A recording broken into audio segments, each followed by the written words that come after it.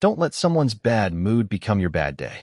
You can walk into work having a great day and leave feeling angry, guilty, or miserable because someone else decided to dump their mood on you. This episode is about protecting your emotional state without becoming cold, defensive, or difficult yourself. You're having a good day. You woke up feeling positive. Maybe you got paid. Maybe something finally worked out. Maybe you're excited about the weekend. Maybe you're just having one of those days where everything feels right. Then you get to work, and someone changes the entire atmosphere. They're irritated. They're complaining. They're making little comments. They're snapping at people. And somehow, 5 minutes later, you're no longer enjoying your day. Why?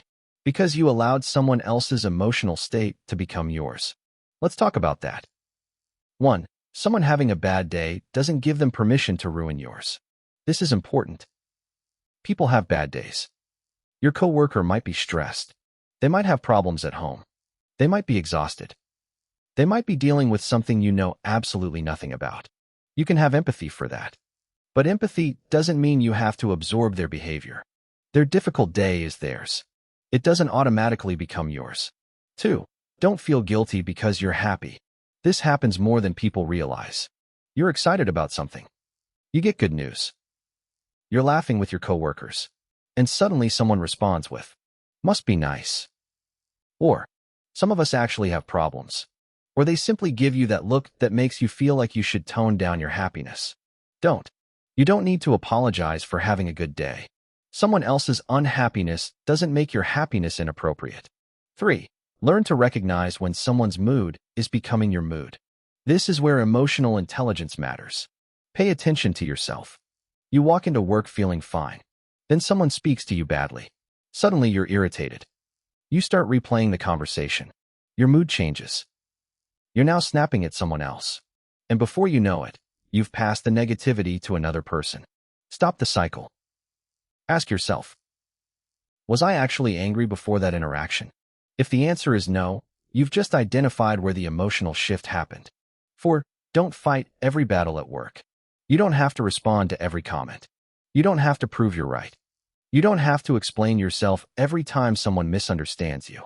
And you definitely don't need to match someone's attitude. Sometimes the most emotionally intelligent response is, "Okay." Then you get back to work. Not every comment deserves your energy. 5. Don't let someone bait you into becoming the problem. This is where things can get messy. Someone makes a comment. You respond. They respond again. You become defensive. Now you're arguing. And suddenly, everyone remembers your reaction. Nobody remembers what started it. That's why you need to recognize the trap early. If someone is trying to provoke you, don't give them the reaction they're looking for. Pause. Take a breath. Lower your voice. And decide whether this conversation actually needs to continue. 6. You can set a boundary without creating drama. If someone's behavior keeps affecting you, you don't have to silently tolerate it. You can say, "I'd rather keep this conversation respectful." Or, "If there's something you need to discuss with me, let's talk about it calmly." That's not weakness. That's emotional control. You're making it clear that you're willing to communicate, but you're not willing to participate in unnecessary hostility. 7. Don't take everything personally. This one can completely change your working life. Someone walks past you without saying hello. You start thinking they don't like you. Your manager sends a short message. You assume you're in trouble. A coworker seems quiet. You think they're angry with you. Stop creating stories without evidence. Sometimes people are simply having a difficult day. You don't need to turn every change in someone's behavior into a statement about your worth. 8. But don't use emotional intelligence as an excuse to tolerate mistreatment. There's an important difference. Someone having a bad day is one thing.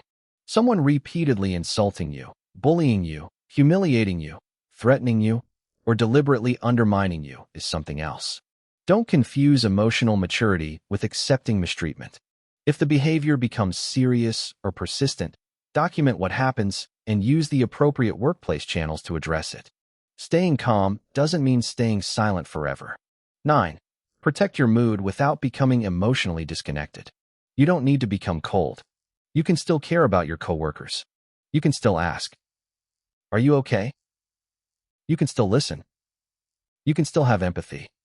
But you don't have to carry everyone else's emotional baggage home with you. You can care about someone without becoming responsible for their mood. 10. Don't pass the negativity to someone else. And here's where we have to look at ourselves too. Maybe you had a terrible morning. Maybe your manager annoyed you. Maybe you're stressed about money. Maybe something happened at home. Fine. You're allowed to have a bad day. But don't turn your bad day into somebody else's punishment. Before you snap at a coworker, stop. Ask yourself, is this actually about them? If it isn't, don't make it their problem. 11. A final message. You don't control everyone's mood at work. You don't control how people speak. You don't control whether someone is bitter, stressed, jealous, frustrated, or simply having a terrible day. But you do have some control over what you do with it. You can listen without absorbing. You can set boundaries without creating drama. You can walk away without feeling guilty. And you can have a good day without apologizing for it. So tomorrow, if you walk into work feeling happy and someone tries to bring you down, pause. Don't take the bait. Don't become cruel. Don't become defensive. And don't hand them control over your mood. Someone else's bad day doesn't have to become yours.